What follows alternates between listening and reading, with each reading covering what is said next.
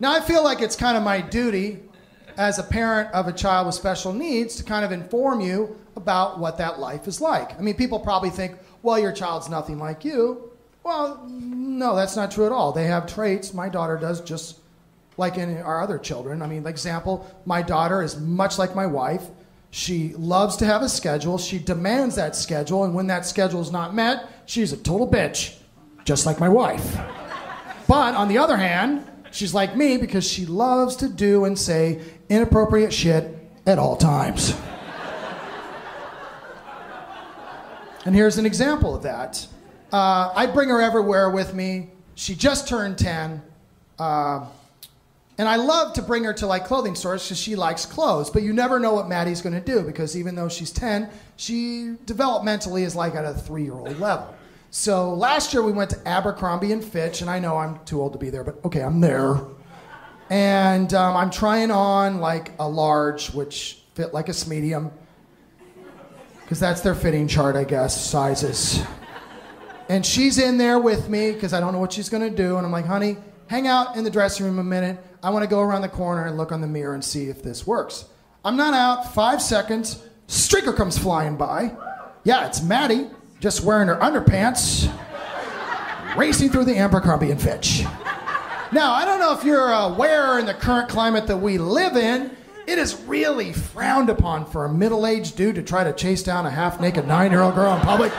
Yeah. So I had to make a quick decision. And my decision was, hey, she's having a good time. Let her wear herself out. And something magical happened at this moment. All the shoppers who were frustrated or tired started laughing, not at her. They were laughing with her because they felt the joy that she had. She was unadulterated. She wasn't afraid of what society felt and judged her by. There was one person that did have a problem, though. Mr. Abercrombie, working behind the counter, he's like, sir, can you do something about her? Sir, do some. I'm like, okay, what's your name there, buddy? Topher? Okay, Topher. First off, congratulations. It looks like you're the homecoming king. Life's turned out pretty well for you. That's nice. I don't know if you're aware, but my daughter, life not quite so easy. So here's what's going to happen for the next minute or so, Topher. You're going to chill the hell out because six-pack abs do not beat angry dad with an attitude.